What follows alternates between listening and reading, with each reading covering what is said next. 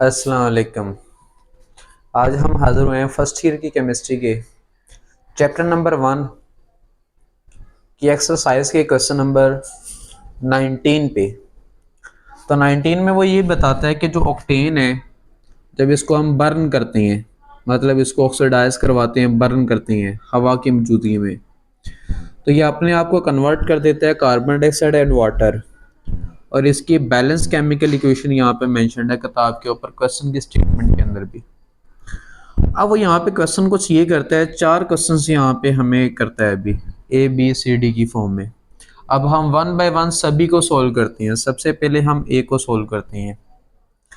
देखें, वो कहता है कि ऑक्सीजन के मोल्स क्या होंगे, मतलब इसके मोल्स क्या होंगे, कितने यूज़ होंगे। अगर ऑक्टेन के कितने मोल्स इस्तेमाल हों, 4 मोल अगर बर्न हो, तो ऑक्सीजन के कितने मोल्स कंज्यूम होंगे इस काम में। चलिए, हमें बैलेंस केमिकल इक्वेशन बताने वाली है। ये काम हमने बैलेंस केमिकल इक्वेशन से लेने हैं। देखते हैं यहाँ पे इस क्वेश्चन को सोल्व करते हैं अभी। तो आपने लिखना है according to balance chemical equation. Balance chemical equation के मुताबिक एक तरफ लिखना है ऑक्टेन और एक तरफ आपने लिखना है ऑक्सीजन। बैलेंस केमिकल इक्वेशन बताती है कि अगर ऑक्टेन के 2 मोल हों, तो ऑक्सीजन के कितने मोल्स यूटिलाइज होते हैं, 25 मोल यूटिलाइज होते हैं अभी। लेकिन हमने ऑक्टेन के कितने मोल लेने हैं, 4 मोल लेने हैं। मतलब यहाँ पे 2 के बजाय 4 बनाना चाहता हूँ। तो 4 बनाने के लिए क्या करें, सिंपल एक ही चीज़ है, आप 2 से मल्टीप्लाई कर दें। जो काम आप इधर कर रहे हैं वही काम इधर करना पड़ेगा, इधर भी 2 से मल्टीप्लाई करना पड़ेगा।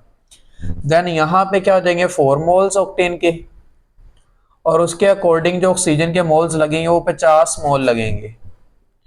मतलब ऑक्सीजन के 50 मोल यूटिलाइज होंगे या कंज्यूम होंगे 4 मोल ऑक्टेन को कंप्लीटली बर्न करने के लिए।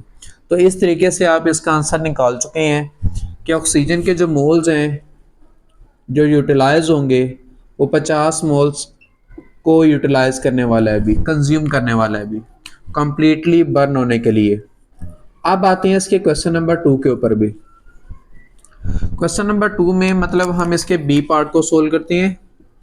बी पार्ट में हमें क्या कहता है, वो कहता है कि कार्बन डाइऑक्साइड के कितने मोल्स हैं, मतलब इसके कितने मोल्स बनेंगे।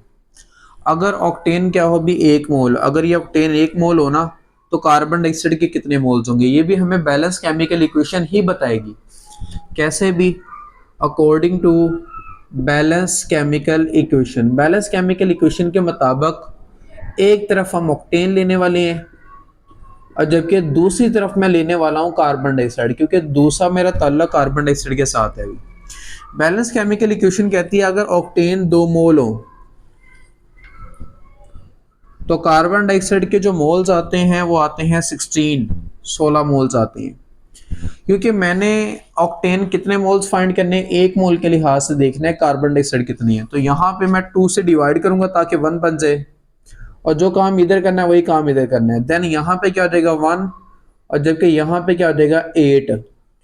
तो इट मीन्स हमें पता चल चुका है कि ऑक्टेन अगर 1 मोल हो तो देन कार्बन डाइऑक्साइड के 8 मोल्स प्रोड्यूस करेगा वो। तो यहाँ पे अब हम यहाँ पे रिजल्ट लिखने वाले हैं कि मोल्स ऑफ कार्बन डाइऑक्साइड जो है ना, वो जो आंसर इसका है वो कितने अभी 8 मोल है अभी। तो इस तरीके से आपने इसका भी आंसर निकाल लिया।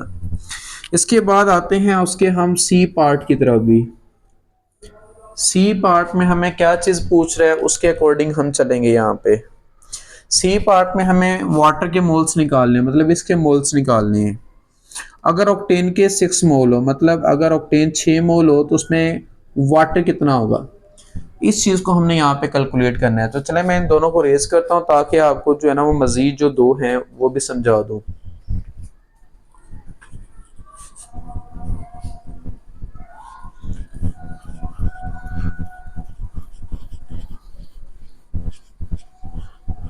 देखते हैं अभी। अब सी पार्ट सॉल्व करते हैं। अगेन वही लिखूंगा according to balance chemical equation.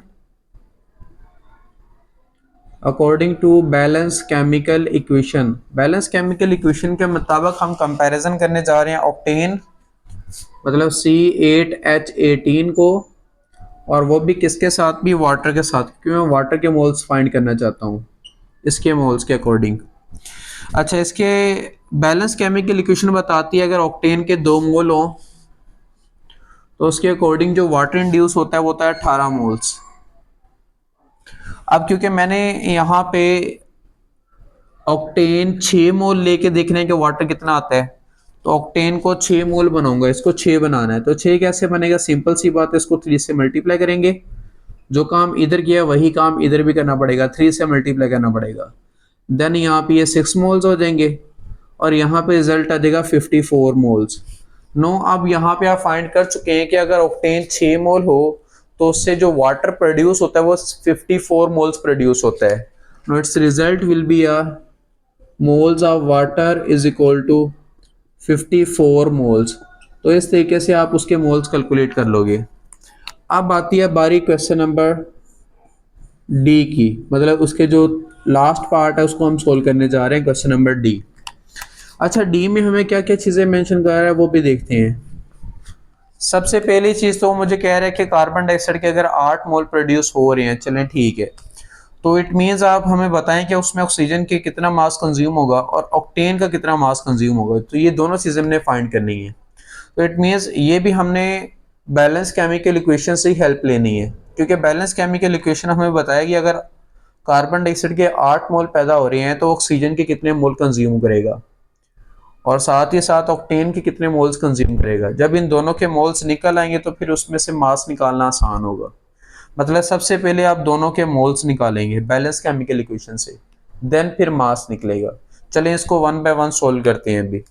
सबसे पहले हम ऑक्सीजन और कार्बन डाइऑक्साइड को देखते हैं, मतलब ऑक्सीजन के मोल्स निकालते हैं। अगेन वही काम करेंगे according to balance chemical equation. Balance chemical equation में आते हैं, बैलेंस केमिकल इक्वेशन हमने देखनी है, कार्बन डाइऑक्साइड को कंपैरिजन करना है और वो भी किससे करना है, पहले तो ऑक्सीजन से करते हैं ताकि ऑक्सीजन के मोल्स पता चले भी। बैलेंस केमिकल इक्वेशन बताती है कार्बन डाइऑक्साइड के अगर 16 मोल हो तो ऑक्सीजन के कितने मोल्स कंज्यूम होते हैं, 25 मोल्स कंज्यूम होते हैं अभी। लेकिन हमने कार्बन डाइऑक्साइड कितने मोल्स प्रोड्यूस करे, अगर वो 8 प्रोड्यूस करे, मतलब 8 के लिहाज से नोट करना है। तो इट मीन्स मैं 2 पे डिवाइड इधर भी करता हूँ, 2 पे डिवाइड इधर भी करता हूँ, ताकि ये तो 8 बने ना। तो यहाँ पे 8 बन गया, अब यहाँ पे क्या बन गया, 12.5 बन गया। तो मुझे पता चल गया कि कार्बन डाइऑक्साइड अगर 8 मोल होगा तो उसके अकॉर्डिंग जो ऑक्सीजन कंज्यूम होगा वो 12.5 मोल्स होगा। 9 ऑक्सीजन के मोल्स तो आ चुके हैं, अब उसके मास की तरफ आते हैं अभी। मतलब मैंने ऑक्सीजन के मोल्स कैलकुलेट कर लिए हैं और वो हैं 12.5। जबकि अगर हम इसके मोलर मास की बात करें ऑक्सीजन की, तो 2 एटम है ना ऑक्सीजन के, एक एटम का 16 दूसरे का 16, तो 16 और 16 32 हो जाता है। मतलब इसका मोलर मास आपको 32 ग्राम पर मोल मिलने वाला है।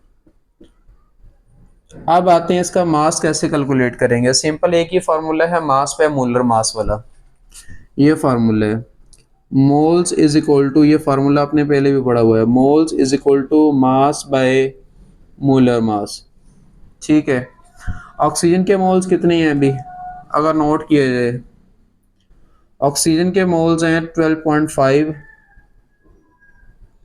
मास मैंने इसका फाइंड करना है ऑक्सीजन का, जबकि मोलर मास उसका है 32।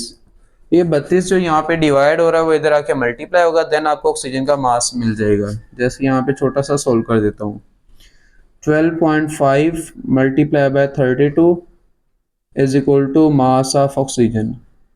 ये मास ऑफ ऑक्सीजन आपको कितना मिलता है, उसको अगर आप इसको सोल्व करें तो रिजल्ट बनता है 400। मतलब आपको 400 ग्राम मिलेगा और वो भी मास ऑफ ऑक्सीजन। तो मास ऑफ ऑक्सीजन आपको 400 ग्राम मिलेगा। चलें ऐसे ही जो है ना, हमने अब कार्बन ऑक्टेन का भी निकालना है मास। क्या करेंगे, वही काम कि कार्बन डाइऑक्साइड के अकॉर्डिंग नोट करेंगे कि ऑक्टेन के कितने मोल्स बनते हैं, कितने कंज्यूम होंगे।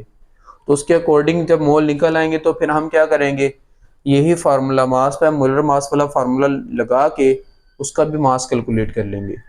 चलिए इस क्वेश्चन का मैं यहाँ पे जो है ना थोड़ा सा सोल्व कर देता हूँ, इस चीज़ को ऊपर वाले को रेज करके यहाँ पे सोल्व कर देता हूँ इसको।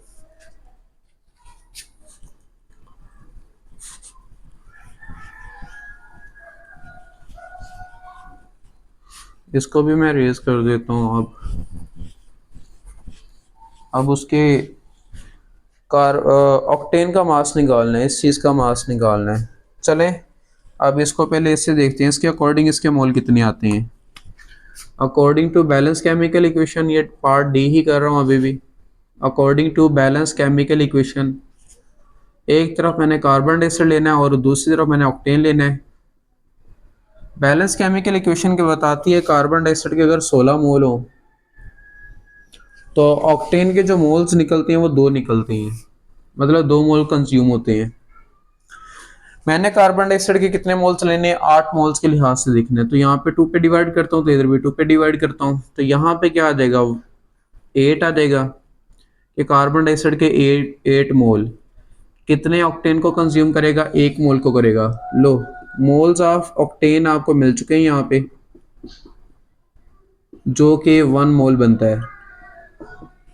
अब आते हैं इसका मोलर मास कितना है। मोलर मास इसका C8H18, इसका मोलर मास होता है 114 ग्राम पर मोल।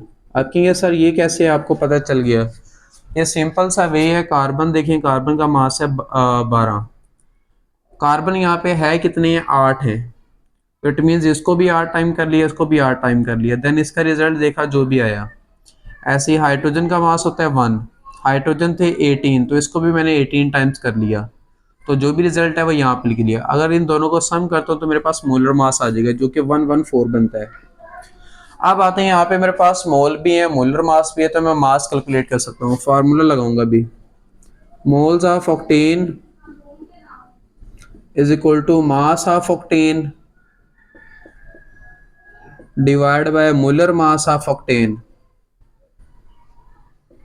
अब बस वैल्यूज को पुट ही करना है। मोल्स कितने हैं, 1 है,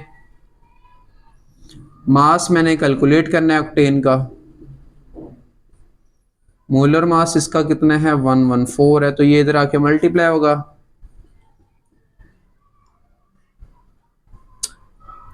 तो मास ऑफ ऑक्टेन आपको मिल जाएगा, मास ऑफ ऑक्टेन मिलता है 114 ग्राम।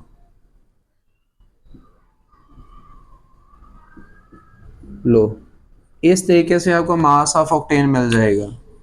तो ये वाला तरीकाकार है इसमें। अगर मतलब आपने अगर किसी का मास भी फाइंड करना है ना, तो आपको सबसे पहले उसके मोल्स निकालने पड़ेंगे। मोल्स निकालने तो मास पे मोलर मास फार्मूला लगा के आप उसके डायरेक्टली मास पे चले जाएंगे मोल से। तो आई होप आपको ये सारे लेक्चर का पता चल गया होगा। और कोई भी अगर क्वेश्चन हो या कोई भी कन्फ्यूजन हो तो आप कमेंट बॉक्स में पूछ सकते हैं, इंशाल्लाह ताला मैं वो रिप्लाई करूँगा अभी।